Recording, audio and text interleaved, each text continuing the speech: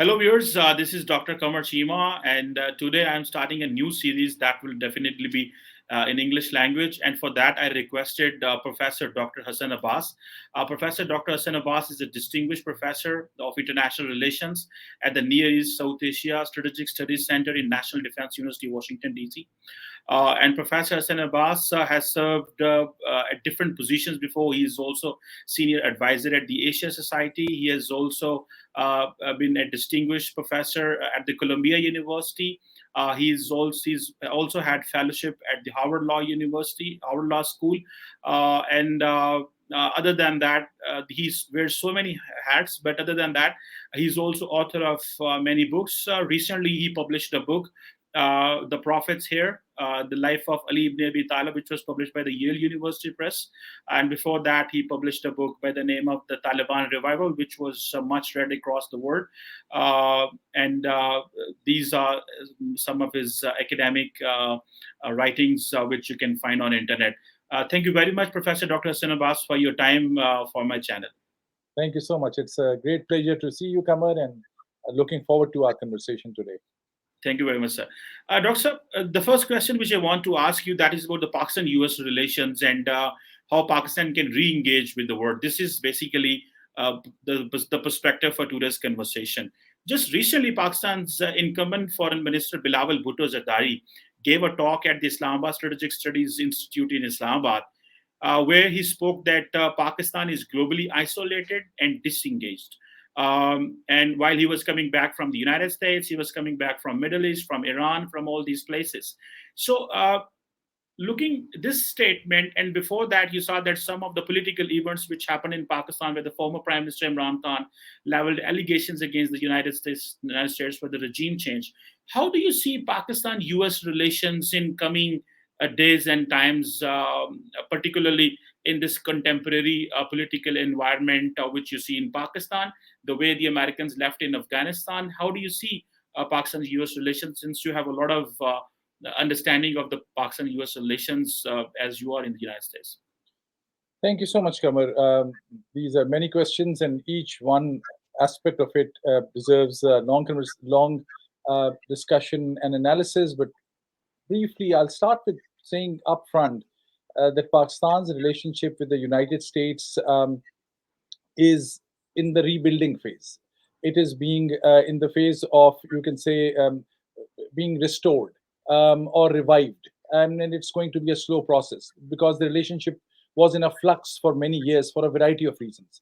What the Pakistani Foreign Minister Bilawal Bhutto Zardari had said, and he's a very smart, young politician with tremendous potential and a great legacy of Zulfikar Ali Bhutto and late Benazir Bhutto as well. And his father is also has been in politics, so he is also advising and guiding him. So Bilawal, when he's saying this, he's being upfront and candid. I mean, this is not a ordinary statement to make on his part. He must have thought through this. And to say, but the words are strong, isolated, and sidelined. I would rather argue, yes, Pakistan is going through a difficult stage. It has challenges, and there are two or three major reasons for that. One is the Afghanistan situation. Many of the countries regionally and globally, and then after this I'll come to the United States-Pakistan relationship. But what had happened in Afghanistan, and because it is a well-known, established fact in the eyes of the world, especially the Western capitals, that Pakistan had played a very important role in supporting and strengthening and facilitating the Taliban and their return to Kabul. So if now there are bad news coming from Kabul, some of the people around the world will also blame Pakistan. Because they'll say, look, you facilitated them, and look what is happening to the girl education on other issues. So that is one big factor at play. Within Pakistan, I know there are different views. Pakistan has a different set of arguments, looking at their regional geopolitical situation, thinking of the India-Pakistan relations, and Pakistan felt squeezed. So they were trying to gain space, territorial space, intellectual space, political space in Afghanistan. So I know the Pakistani set of arguments as well, without saying going into how much of that was counterproductive or not. The point is, I think that's what Bilawal Bhutto had in mind, because he must have received in his international trip questions about Taliban, as if Pakistan is a spokesperson for Taliban, and that is how it is seen, whether someone likes it or not. So, and that's I think at play. Then FATF. Now I know a good news has come on the Financial Action Task Force. Pakistan is now almost, hopefully, very close to being out of it. They have done all the right things in the recent past on terrorist financing issues, and that was another big issue. International community looks at Pakistan through the lens of the terrorism that happened in Pakistan, and Pakistan was a victim of terrorism as well. So it is in this light that US-Pakistan relations have to be viewed. And that is a challenge because there have been historically ups and downs.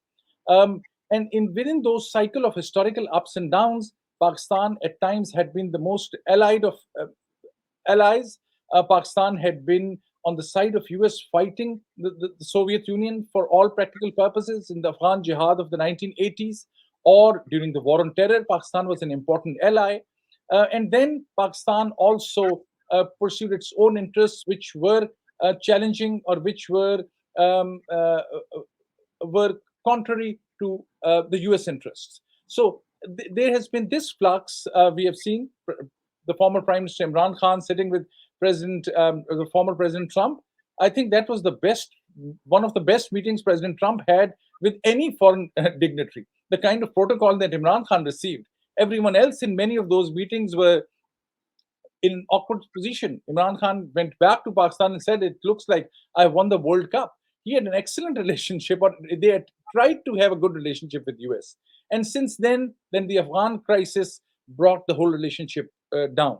Sorry for a bit longish answer, but I wanted to set the stage in the first answer. So the challenges are huge. US is engaged. US is a global power. It is engaged with, of course, with all that's happening in Russia and Ukraine. The world is still coming out of the COVID crisis. The massive economic crisis is what is the world is facing today. Inflation. So for US at this time, let me put it like that. If there are 10 top countries that are of interest to US at this moment for its interests, whether for good reasons or bad reasons, Pakistan is not among the top 10 countries. It is both a good thing and a bad thing. It is a good thing in a sense that at times it is better for if the relationship was not in such a good sphere. It is better that, okay, there's calm on that front. There are no international aid going to Pakistan from US at least, or the old relationship where there were like $5 billion or tens of billions of dollars or millions of dollars of aid for military aid, security relationship. That is all a thing of the past because the world and region has come to a different point.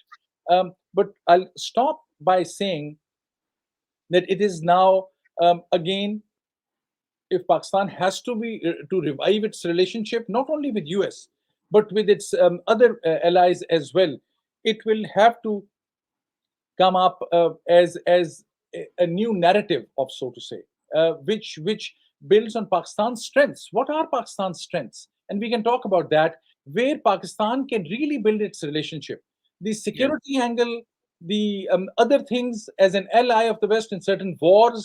I mean, those were very important things Pakistan did, but those are not that are relevant today, and those are not where Pakistan should build its status as a rentier state, which is Yeah. always seeking rent from elsewhere. Yeah, you have absolutely elaborated the entire picture of the Pakistan-US relations, Professor Hassan. So my next question is that this is what we have been saying for the past. Mike Pompeo came in before the previous administrations came, and now this Secretary of State Antony Blinken, who has been engaging with the Pakistani government. Pakistan has been saying time and again that the Americans only look Pakistan from the security lens. So earlier it was Afghanistan, and most recently the Americans and even the Western parts look Pakistan from the lens of the Ukraine, that we are standing with the Russian side or we are standing with the Chinese side. So Professor Hassan, what Pakistan shall do that Pakistan should not be just looked from a security lens, or Pakistan must not be looked only from the Afghanistan lens or the Ukrainian lens or the Russian lens, and now most recently Pakistan is also being looked from a Chinese lens as well. So what do you think that Pakistan should do, that Pakistan's perspective should not be only from a security lens?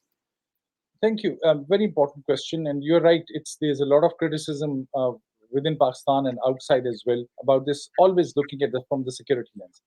Um, First and foremost, Pakistan has to rethink how it looks at itself. It's a country of 225 million people almost. I mean, look at the list of countries with the high population, size-wise, location-wise. Any book on Pakistani politics or international relations written by Pakistani scholars, many of them are outstanding scholars. You look at their works, and they will, on the very first page, you'll find emphasis on Pakistan's geostrategic location, which indirectly is linked to their importance in the security sphere as well. Pakistan is a very strong military. It's good to have a strong military and a resourceful military this day and age, and given the regional security challenges, that makes sense. But at the end of the day, you have to see what is the total pie, or what is the total budget. Pakistan is a nuclear weapon state. It's not a state which has one or two nuclear weapons. It is maybe more than 100. According to international publications, it is maybe 125 or maybe 150 nuclear weapons, around that number. Which is it.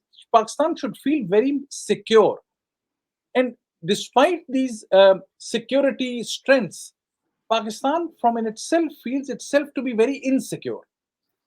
That's an internal problem. That's not an external problem. And no external power can do anything about it. Pakistan's strengths are in its arts, in its culture. It is in its intellectual depth. Pakistan always looks for strategic depth outside. And the terrorists have found in strategic depth inside Pakistan rather than Pakistan getting strategic depth anywhere. It is about Pakistan's internal strength of art, culture, which often I'll honestly tell you, this has happened to me in an international. I was traveling somewhere and I had to mail a book to somebody in Pakistan, and the post office person said to me, "Oh, is there a postal service in Pakistan? We can't send anything. We can't send anything to Pakistan and Afghanistan and North Korea." And I said, "For God's sake, no! Pakistan is a good active postal system." This is again image and narrative building. If you mention somebody, there are great singers and scholars and painters and calligraphers in Pakistani history. Some of their art, look at Saad Khan and so many others. And among the singers who were known from Nusrat Fateh Ali to Abida Parveen to all the other contemporary ones to Ali Zafar and others, they are world-renowned names.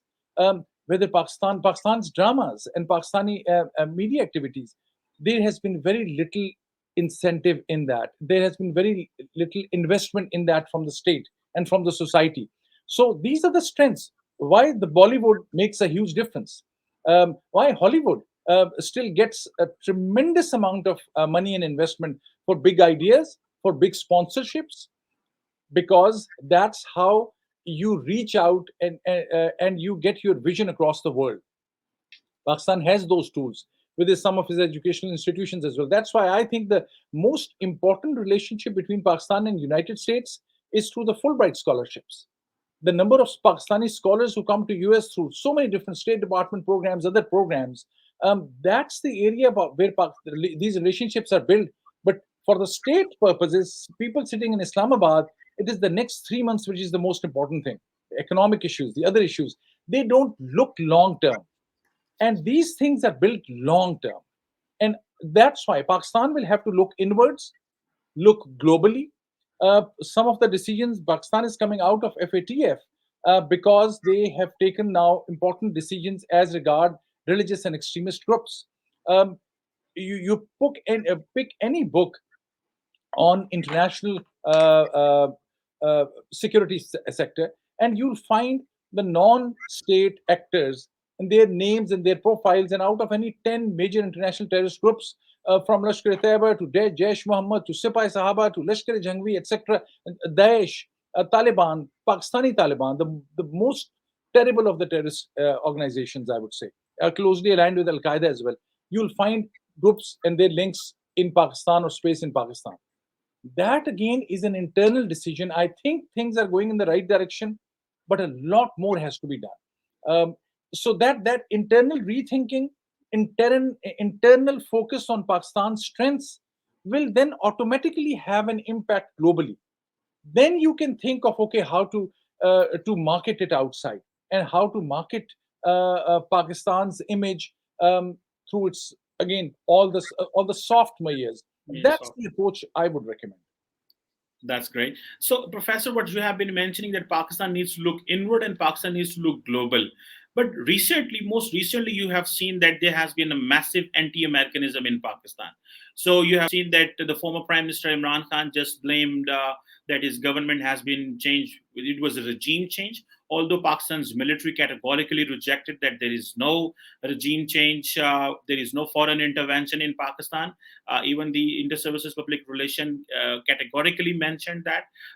And even the National Security Committee, when the new Prime Minister came, they came up with this thing that there is nothing like regime change or a foreign conspiracy. That was purely a democratic exercise by the Pakistani Democrats to the parliament. So since the American has invested a lot in Pakistan, as you have mentioned most recently, the Fulbright scholarship, people-to-people contact, cultural exchanges, media exchanges, Pakistani scholars have gone abroad in the US. But since at the same time, you have seen that there is a massive anti-Americanism in Pakistan. Earlier, this used to be from the Pakistani Islamists, those to whom we call as a institutional Islamists like Jamaat-e-Islami, JUIE, Hafiz Saeed, and many other Islamists. But now this time, this new wave of anti-Americanism has come from from Imran Khan, which was considered as a center-right party, which has now turned as a right-wing party in Pakistan because they're introducing religion in the politics and they are introducing as anti-Americanism. So how do you see how the Washington sees this anti-Americanism in Pakistan, and how do you see that is going to create problems for this incumbent government and overall in Pakistan-US relations? Thank you. It's a complicated question, but I will frame it in in the light of two or three major phrases that we use. So one is the anti-Western feeling. So the anti-Western feeling is regional also, which is also at times some people would link it with global South, the developing world versus the developed world. I think that is the central thing which is at play. Then it comes to the anti-Americanism. I know you are saying it in a different sense, but then some people within the United States were previously pitching it like there's an issue of values, which I think is not the major issue, because values are similar, whether it is about health, it is about rights, it is about education, it is about your independent identity and your pride in your identity. Though those are, America is not different from any other country. People all, in many cases, want the same things for themselves. It is only the different institutions and different mechanisms, some mature, some in the developing stage. And then there is this Pakistani internal political scene, and that happens in Pakistan, and that is linked to the regional politics as well. In Pakistan, there has been a growth of, you can say, generally anti-Western worldview. I'm not very sure if we have a way, and although this is what you're saying is generally believed, many people, I've heard it from many of my friends and colleagues, but there's no way to measure it. And at this time, the polls are not as effective and credible. So I'm not sure whether I'll call it the rise in anti-Americanism. But on Imran Khan also, a few caveats or a few points. It's my personal opinion. It may not be very popular with your audience, but I think Imran Khan had earned his political space. Of course, it was called hybrid because he had support from the military establishment when he was coming into power, and that support base went away. So, within Pakistan, there was a change. He had earned his space for 5 years, although it was a coalition government, and by very definition of democracy and coalition governments, yes, if coalition members think they are not no more going to support Imran Khan, then they had a right of this, because this is how the parliamentary form of government works. But I think still that if it would have been better if he was allowed to complete his 5 years, and there was something wrong in the way all this transpired and all this happened. Whether if I was in Pakistan and if I was voting, whether I vote for Imran Khan or People's Party or Muslim League, that is a separate issue. The real issue is there was some malafide way in which Imran was sidelined, and it was very poorly thought out. and it was counterproductive to all those who were playing. I seriously think there was no international conspiracy there. And somebody asked me this question yesterday. I wrote a piece called Pakistan's Dangerous Moment in a leading American publication. And somebody challenged me yesterday. If you have time, I'll very briefly tell you. The person said, "Well, how are you so sure that Americans were not involved?" And he challenged my position. I said, "I'm an academic. I would love to be challenged. And upfront, I'll say, I can be wrong. And I'm happy to change my opinion. But the clear evidence is Pakistan is not among the top countries which are of deep interest to US at this time. So why would they be so much interested in sidelining a prime minister? The political changes or regime changes that US was alleged to have been involved in was in 70s, 80s. There were many cases, and accurately, US. This is not something that has not happened. US has played that role. Many other global regional players have also done that. But at this time and space, US has not been involved in regime change. If there was any regime change, US would have been focused first on Iran or North Korea or other countries. And last but not the least, the US has the biggest problem with Pakistan as regards their support and facilitation of Taliban. Now, was Imran Khan responsible for that? No. It was the Pakistani military and intelligence which was at the forefront. If US have any frustration or anger or serious problem, it is not with Imran Khan, it is with the military, for example, if we go by that line of argument. So why would Imran Khan, who's nothing to do within the policy of Taliban, it was not Imran Khan's policy. Why was there a need for US to really hit at Imran Khan? There was no reason.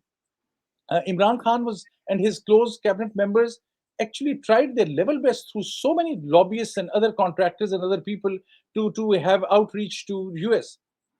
The Prime Minister of Pakistan, who I respect, I was a great fan as a cricketer, but that's besides the point. But he was always saying, "I have not received the call from Biden." So Pakistan was still trying.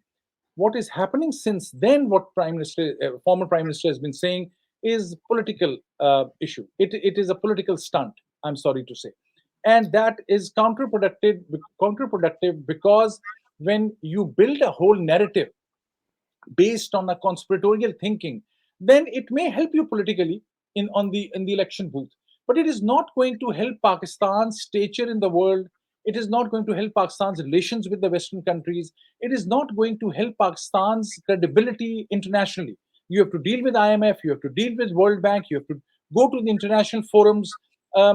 These things, even if there are differences, these are dealt with in different ways. And last but not the least, I think the real thing is that what Imran Khan has changed in Pakistan, and that's an important fact which no one can deny. He has given a different new feeling to the ordinary people that you need to be proud of yourself, that you need a clean government, and that you need to be very independent and think of yourself building your own capacity to be an independent state. But he was in that process. He was ahead of the people.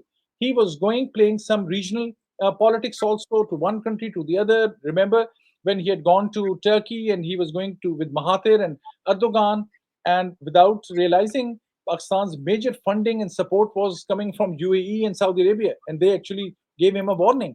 So at times it is good to have a global vision.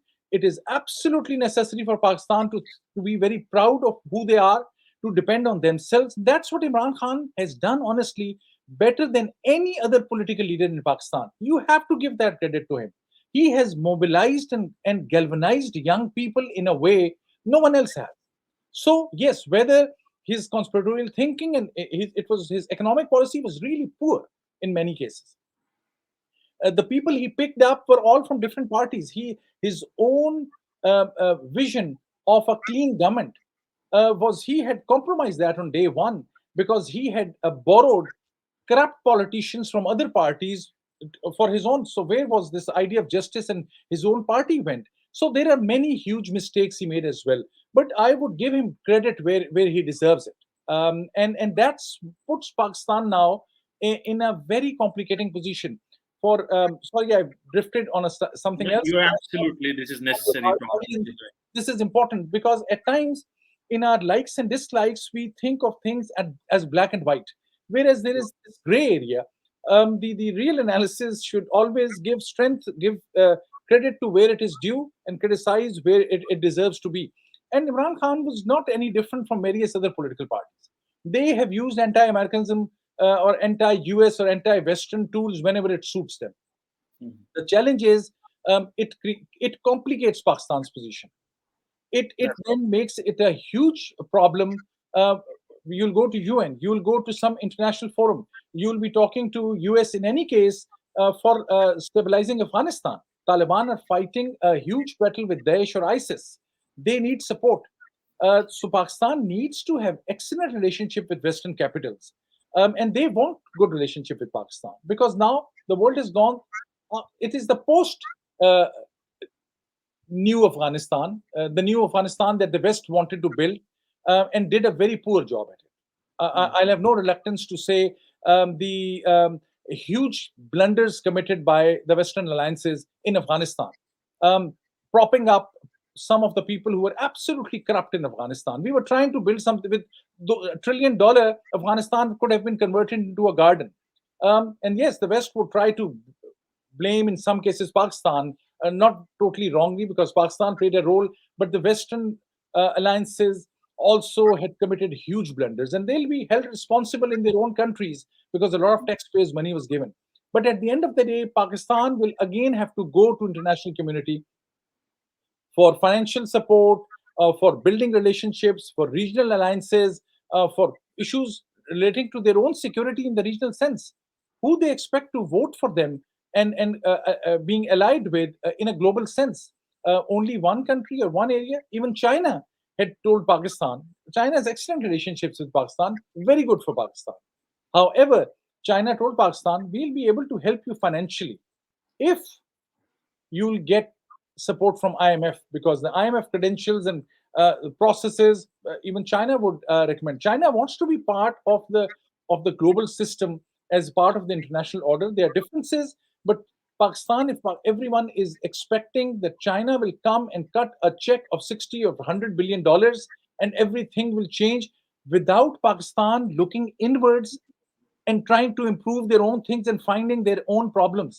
Pakistan has been in self denial, not Yes. looking at their own mistakes, expecting somebody will come and cut a check. That's not going to happen. You're absolutely right, Professor, that what is important that Imran Khan did mobilize people. He raised voices, people supported him. But at the same time, the arguments he got into, the issues he got into, he didn't have the mandate for those. And obviously, he didn't have the team, as you have mentioned. And obviously, he should have not been the target if there was any target. You have absolutely mentioned rightly. One last question, and the last question is that how do you see that how Pakistan can re-engage with the United States and re-engage with the world? That is most important thing, and this is what Pakistan's foreign minister most recently when he visited Washington, when he visited Middle Eastern countries, and he said that we are disengaged. So, what do you suggest while sitting in Washington and knowing the mindset in Washington that how Pakistan can re-engage with the world and re-engage with the United States as well? Thank you so much. Briefly, I mean, I personally think Pakistan is well engaged with the world.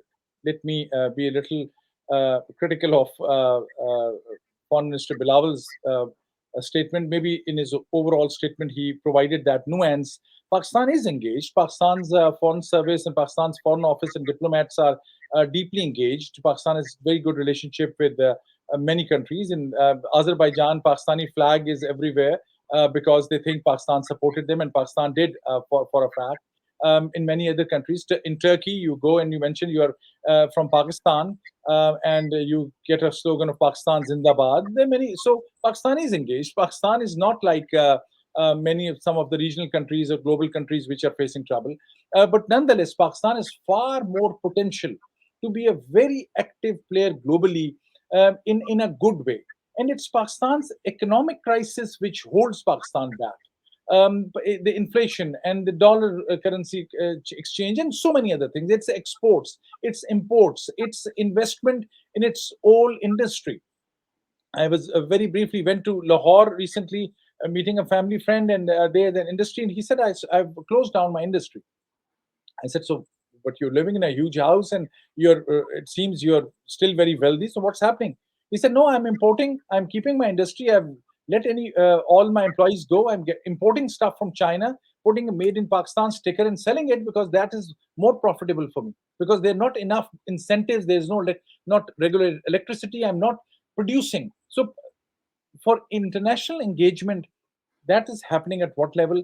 For relationship with US as well, it all depends on your economic strength and your economic capability. If you are visiting whether US or any other country, and the other country knows it is basically they are going to ask for money in next 5 minutes, the relationship will be different. People will try to misuse you. They will try to make best use of that. Look at a personal level. You go to somebody asking for a loan. What do you think the other person thinks of you? Except in few cases where it is a genuine case or something else, or your friend or your brother. In international politics, there is no brotherhood in this sense. So with US Pakistan's engagement, that's a slightly different topic, but I'll take a minute on that. It is different dynamics. With US at this moment, I think the item or agenda number one for US, whether it is said openly or publicly or not, I don't know, but it's my assessment as an policy analyst and as an academic based in DC. I think it is the primary issues of Afghanistan still, especially Daesh and what they are doing. And secondly, whether Taliban, and we know of the Taliban links with Al Qaeda. These are well established. The top Pakistani analysts have written books and books over this of Sirajuddin Haqqani's relationships and old links with Al Qaeda. And what if Taliban will think that to push back Daesh, ISIS, they have to align again with Al Qaeda? For them, it will make common sense, actually. I'm just saying in a rational sense. But we know what Al Qaeda had done before and what can they do again. So it's securing Afghanistan is an important agenda item. Linked to that is other security issues within Pakistan, where Pakistan is making some progress. Then comes other things. It is your economic strength and your capacity to resolve issues, which then enhances your status. And I think US is engaged with Pakistan. Look at the Fulbright scholarships. Look at the bilateral relationships. Yes, at the highest level, maybe there was no telephone call or there were no heads of states meetings, but many Pakistani politicians continue to come or being invited here. For many of the officials, regularly visit US. I mean, I know you were in US recently. How many senior people you were meeting? I know you were telling. We were talking about that. So Pakistan-US relationship has very strong foundation because so many of the Pakistanis, from bureaucracy, from politicians, others have either studied in US or have been engaged with US before, so they talk the same language. But relationship will have to be rebuilt, and the rebuilding of relationship needs trust. It needs confidence building measures. It needs some time and some patience. That's the way forward for Pakistan, I would think. There's no immediate Yes. solution or resolution, but it will be small steps through which Pakistan-US relationship can go back to its old days, which were far more positive and far more friendly. Exactly right. Thank you very much, Professor Dr. Hassan Abbas, for letting us explain that Pakistan needs short-term, medium-term, long-term measures for further engaging. Although Pakistan is already engaged with the Western world and with the United States, and thank you for explaining us the internal features in Pakistan and what needs to be done from different stakeholders from Pakistan. And nobody is going to cut a check for us. What we have to do is that we need to look inward and we need to look global for whatever we have to do, and for that more engagement is needed globally. Thank you very much once again for your time and valuable comments. Thank you so much. Really honored.